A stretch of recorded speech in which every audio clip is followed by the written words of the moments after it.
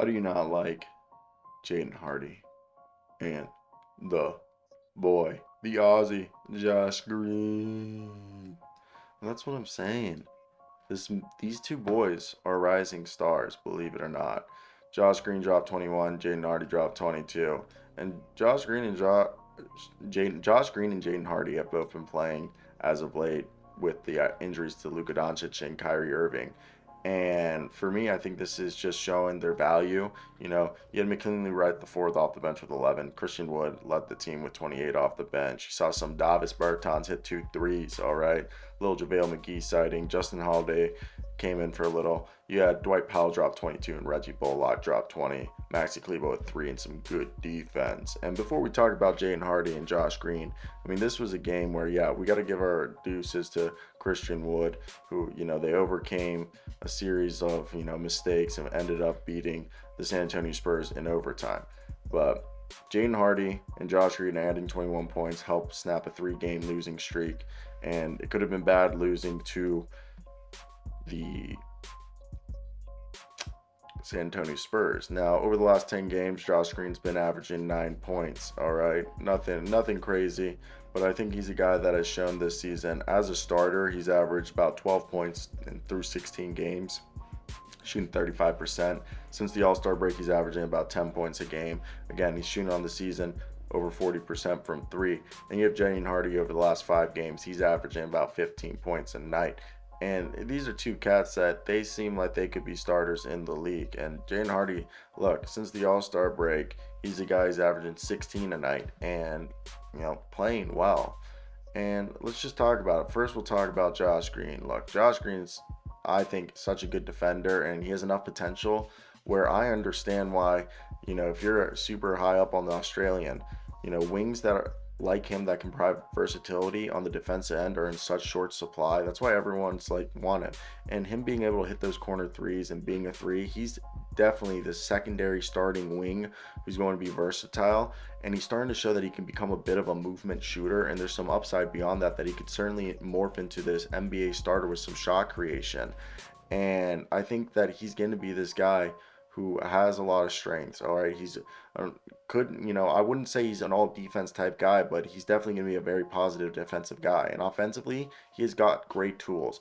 He's terrific out in transition because he's a terrific open floor athlete. He runs the floor hard and gets tons of opportunities that way. And teams that play up tempo should probably look at him a bit more closely. He's also a willing passer, especially from a standstill when tying together multiple passes when defenses are in a scramble situation. And he's got good awareness of who's open, who's next in line, and is always ready to move the ball around. He's, like I said, a very good athlete who knows how to use the open court and on defense. He's got good size at like 6'6", 6'7", with almost a 7-foot wingspan, works hard and doesn't really take possessions off.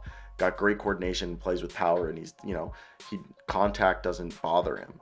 Now, when we move over to my boy Jaden Hardy, as I talked about in a video yesterday, Jaden Hardy's a guy that I thought, as the season progressed, he got better. He's, 6'4", but he's got about a 6'9" wingspan. So he's a straight up bucket getter. This guy is all about scoring. He's extremely comfortable as a pull-up scorer. He's got all these different moves in his bag and this repertoire where he's an outstanding shot creator. He can do it from all 3 levels, and he's great at getting to the basket from the drives. And, he shows some passing ability of what he's able to do as a passer. So I really think he occasionally makes, some plays off the baseline screen. And, I think his live dribble cross corner kickouts are something that he can also do. And, Jaden Hardy's a smaller score first player that, if he tries, he's not going to be terrible defensively. And he has some athletic limitations, but I think he's a guy that he's improving his defensive effort and attention to detail, and he's showing that he can stick to an NBA rotation by improving his shot selection and decision making. And I see this guy who has a crafty technical handle as he's a player with real shooting touch and could follow the same line as a Tyler Hero, Jordan Poole-esque player, Anthony Simons, that, something more than a microwave scorer that a team he'll either be a perennial 6-year candidate or, such a good offensive player that he's like an all-star. So I think the ceiling with him is high and better than a lot of people would suppose. So for me, I think people need to give him credit and just pay attention to what he's capable of doing, because he really is that fun of a player. So Let me know your thoughts down below in the comments section if there was anything I might have missed or something you would have liked to hear.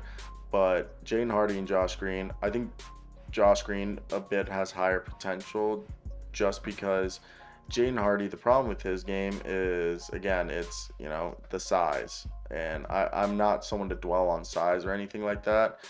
But yeah, like with his type of game, he it's the size is a big if. So with that being said, that's where I'm gonna leave you guys. Hope you guys did enjoy.